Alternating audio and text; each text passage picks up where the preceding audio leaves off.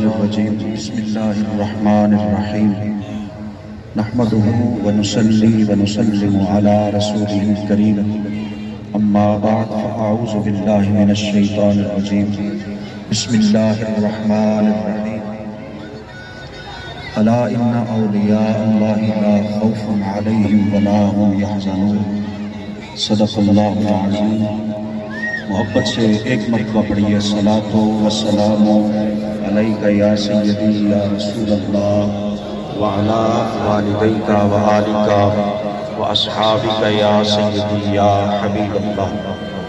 حمد و صلاۃ کے بعد نہایت ہی واجبان معزز و مکرم عاشقان حضور غوث الورا رضی اللہ تعالی مشائخ کرام علماء اہل سنت، حاضرین و سامعین، سرکار غوث اعظم شہنشاہ بغداد رضی اللہ تعالی عنہ کے یاد میں منائے جانے والے اس عظیم الشان جلوس میں ہمیں حاضری کی سعادت مل رہی ہے۔ تقریباً ایک دو باتیں عرض کر کے میں اجازت چاہوں گا بڑے اختصار کے ساتھ۔ سب سے پہلی بات تو یہ ہے کہ اللہ کے ولی کی شانیں اور عظمتیں اور مقامات بے شمار ہوتے ہیں، لیکن اللہ کے ولی کی سب سے بڑی شان یہ ہے کہ وہ اللہ کا دوست ہوتا ہے۔ یہ سب سے بڑی شان ہے کہ وہ اللہ کا دوست ہوتا ہے۔ اور اگر کوئی دنیا میں رہتے ہوئے کسی صاحب اقتدار کا یا صاحب اختیار کا دوست بن جائے نا تو پھولا نہیں سماتا، کہتا ہے یار میرا یار بڑا تگڑا ہے اور میرا یار بڑا پاورفل ہے، اور میں کوئی کارڈ دکھا دیتا ہے اسے، دیکھ لو بھائی ایم پی ایم این اے فلاں آفیسر فلاں کرنل جنرل میرا یار ہے۔ مسلم شریف کی حدیث ہے، کریم آقا صلی اللہ علیہ وسلم نے فرمایا اللہ کے کچھ ایسے بندے بھی ہوتے ہیں جن کے بال عبر آلود ہوتے ہیں، گرد آلود ہوتے ہیں، کپڑے بظاہر صاف نہیں ہوتے، لیکن وہ ولایت کی اس منزل پر ہوتے ہیں کہ اگر وہ قسم اٹھا کر کہہ دینا کہ جا تیرا کام ہو جائے گا تو اللہ ان کی قسم کو پورا کر دیتا ہے۔ یار دنیا کے اقتدار اور اختیار تو چند روزہ ہے، ذرا سوچو تو صحیح، یہ اس پروردگار کے دوست ہوتے ہیں جو ساری کائنات کا خالق و مالک ہے۔ دوسری بات اور وہ یہ ہے، میرے مرشد گرامی امام ربانی مجدد الفسانی الشیخ احمد فاروقی سرہندی رضی اللہ تعالیٰ عنہ آپ فرماتے ہیں غوث پاک کی شان کیا ہے؟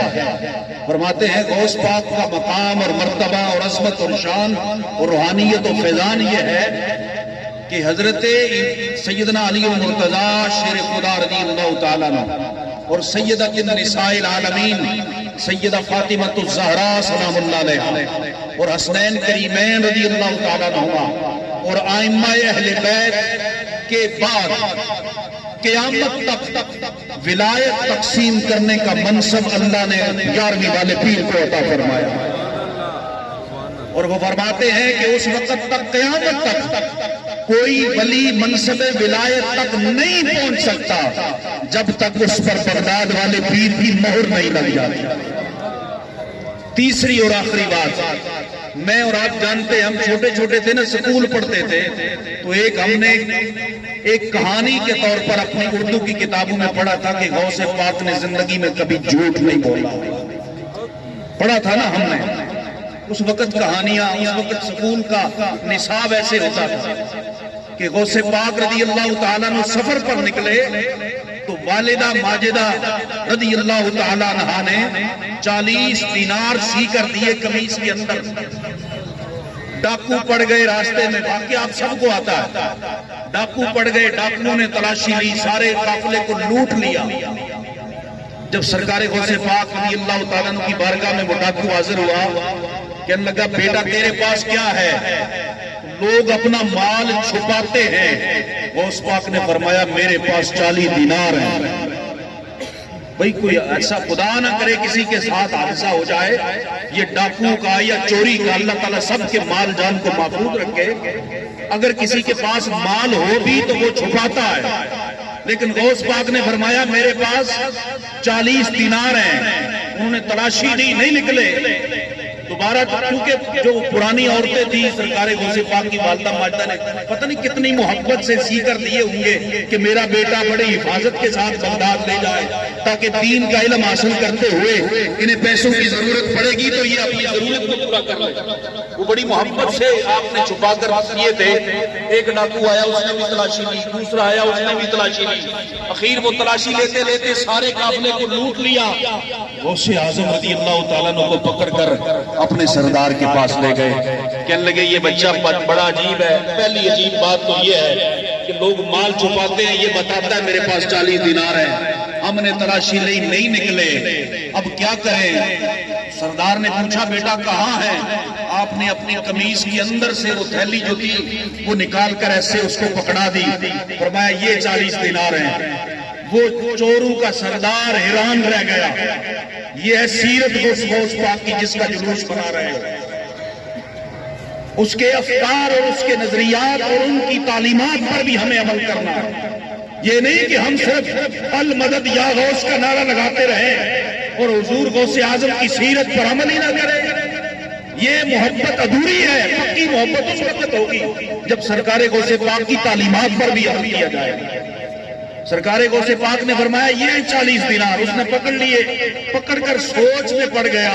روایتوں میں آتا ہے کہ اس نے حضرت غوث اعظم کو مخاطب کر کے کہا اے بیٹا میری اتنی عمر ہو گئی ہے, تو نے یہ مجھے کیوں بتایا ہے کہ میرے پاس مال ہے؟ حضرت غوث اعظم رضی اللہ تعالیٰ نے بڑا سادہ اور قیامت تک سنہری الفاظ سے لکھنے والا جواب دیا. فرمایا میری ماں نے کہا تھا بیٹا زندگی میں کبھی جھوٹ نہیں بولنا, زندگی میں کبھی جھوٹ نہیں بولنا. اس لیے میں نے تم نے پوچھا میں نے بتا دیا 40 دینار ہے. اب جب اس نے 40 دینار پکڑ لیے نا تو اس کی آنکھوں سے آنسو آ گئے.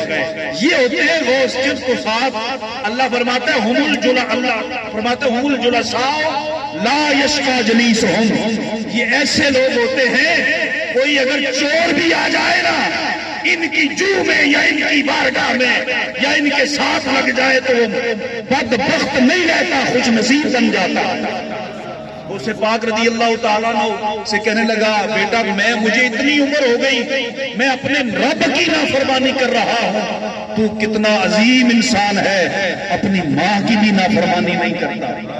آج ہمارے بازار میں, گھروں میں, دکانوں پر چلتے پھرتے اپنی مجلسوں میں ہم کتنے جھوٹ بولتے ہیں. اللہ رب العالمین کی رحمت کو آواز دے کر کہیے کہ اے مالک تیرے بندے عبد القادر جیلانی الحسنی والحسینی رضی اللہ تعالیٰ عنہ کے جلوس میں ہم جھولیاں پھیلا کر تجھ سے توفیق مانگتے ہیں کہ پروردگار ہمیں زندگی پر سچ بولنے کی توفیق نصیب فرما.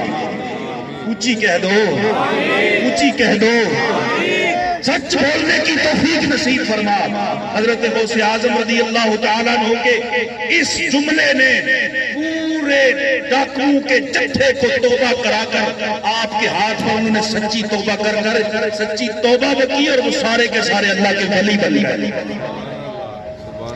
سرکار غوث پاک رضی اللہ تعالی عنہ کی عظمتیں اور فضیلتیں اور مقام ہمیں نہیں پتا کیا ہے, ہمیں نہیں پتا. سچی بات ہے کوئی جتنا بھی بیان کرتا رہے نا اس پیر 11ویں والے پیر کے بارگاہ میں اگر دیکھو تو بڑے بڑے پیر سوالی بن کے نظر آتے ہیں. میرا دل تھا کہ علامہ عاصم ندیم صاحب یہ شعر پڑھیں, سن فریاد پیران یا پیرا. یہ کون کہہ رہا ہے؟ یہ عارفوں کا سلطان العارفین کہہ رہا ہے.